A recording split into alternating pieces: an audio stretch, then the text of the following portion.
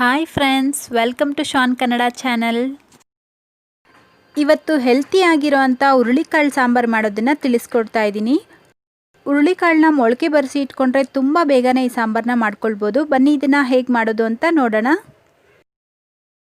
ನಾನಿಲ್ಲಿ 1 ಕಪ್ಪಷ್ಟು ಮೊಳಕೆ ಬಂದಿರೋಂಥ ಹುರುಳಿಕಾಳನ್ನ ತೊಗೊಂಡಿದ್ದೀನಿ.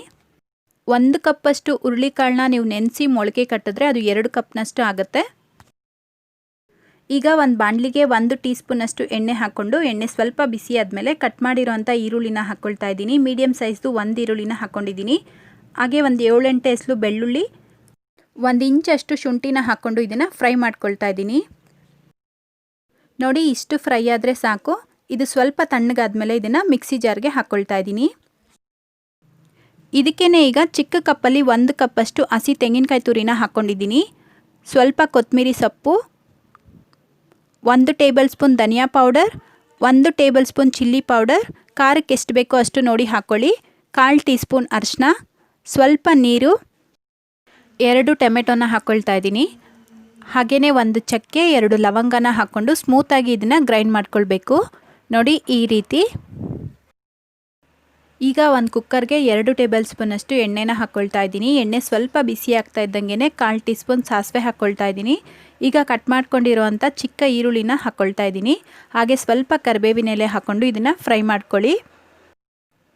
ಈಗ ಇದಕ್ಕೆ ತೊಳೆದಿಟ್ಕೊಂಡಿರೋವಂಥ ಹುರುಳಿಕಾಳನ್ನ ಹಾಕ್ಕೊಳ್ತಾ ಇದ್ದೀನಿ. ಹಾಗೆಯೇ 1 ಚಿಕ್ಕ ಬದನೆಕಾಯಿನ ಕಟ್ ಮಾಡಿ ಹಾಕ್ಕೊಂಡಿದ್ದೀನಿ. 1 ಆಲೂಗಡ್ಡೆನ ಹಾಕ್ಕೊಂಡಿದ್ದೀನಿ. ಇದು ಆಪ್ಷನಲ್, ಬೇಕಿದ್ದರೆ ಹಾಕ್ಕೊಳ್ಬೋದು, ಇಲ್ಲಾಂತಂದರೆ ನೀವು ಸ್ಕಿಪ್ ಮಾಡ್ಬೋದು. ಬೇರೆ ಯಾವುದಾದ್ರೂ ತರಕಾರಿ ಹಾಕ್ಕೊಳ್ಳೋ ಹಾಗಿದ್ರೂ ನೀವು ಹಾಕ್ಕೊಳ್ಬೋದು, ಇಲ್ಲ ಅಂತಂದರೆ ಬರೀ ಹುರುಳಿಕಾಳನ್ನಲ್ಲೇ ನೀವು ಮಾಡ್ಕೊಳ್ಬೋದು. ಈಗ ಇದನ್ನು ಒಂದು ಸತಿ ಚೆನ್ನಾಗಿ ಮಿಕ್ಸ್ ಮಾಡಿಕೊಂಡು ಈಗ ಕಟ್ ಮಾಡಿರೋಂಥ ಮೀಡಿಯಮ್ ಸೈಜ್ದು 1 ಟೊಮೆಟೊನ ಹಾಕ್ಕೊಂಡಿದ್ದೀನಿ. ರುಚಿಗೆ ತಕ್ಕಷ್ಟು ಉಪ್ಪು ಹಾಕ್ಕೊಂಡು ಈಗ ಇದನ್ನು ಒಂದು 2 ನಿಮಿಷ ಇದೇ ರೀತಿ ಚೆನ್ನಾಗಿ ಫ್ರೈ ಮಾಡ್ಕೊಳ್ಳಿ. ಈ ರೀತಿ ಫ್ರೈ ಮಾಡೋದ್ರಿಂದ ಸಾಂಬಾರು ತುಂಬಾ ಚೆನ್ನಾಗಿರುತ್ತೆ. ಈಗ ನಾವೇನು ರುಬ್ಬಿಟ್ಕೊಂಡಿದ್ವಿ ಮಸಾಲೆ, ಅದನ್ನು ಹಾಕ್ಕೊಳ್ತಾ ಇದ್ದೀನಿ.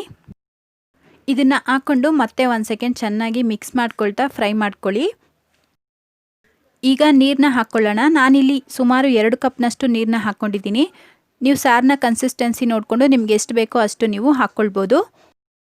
ಒಂದು ಸತಿ ಚೆನ್ನಾಗಿ ಮಿಕ್ಸ್ ಮಾಡಿಕೊಂಡು ಉಪ್ಪು ಖಾರ ಚೆಕ್ ಮಾಡ್ಕೊಳ್ಳಿ. ಇನ್ನೂ ಬೇಕು ಅನ್ನೋದಾದರೆ ನೀವು ಹಾಕ್ಕೊಂಡು ಲಿಡ್ನ ಕವರ್ ಮಾಡಿ ಐ ಫ್ಲೇಮಲ್ಲೇ 2 ವಿಷಲ್ ಕೂಗಿಸ್ಕೊಳ್ಳೋಣ. ಈಗ ನಾನು 2 ವಿಷಲ್ ಕೂಗಿಸ್ಕೊಂಡಿದ್ದೀನಿ. ಸಾಂಬಾರು ಸೂಪರಾಗಿ ರೆಡಿಯಾಗಿದೆ. ಇದು ಮುದ್ದೆ ಜೊತೆಗಂತೂ ಸಖತ್ತಾಗಿರುತ್ತೆ. ಮುದ್ದೆ ಜೊತೆಗೆ, ಅನ್ನದ ಜೊತೆಗೇನು ತುಂಬಾ ಚೆನ್ನಾಗಿರುತ್ತೆ. ಒಂದು ಸತಿ ಟ್ರೈ ಮಾಡಿ, ಈ ಚಳಿಗಾಲಕ್ಕೆ ತುಂಬ ಚೆನ್ನಾಗಿರುತ್ತೆ.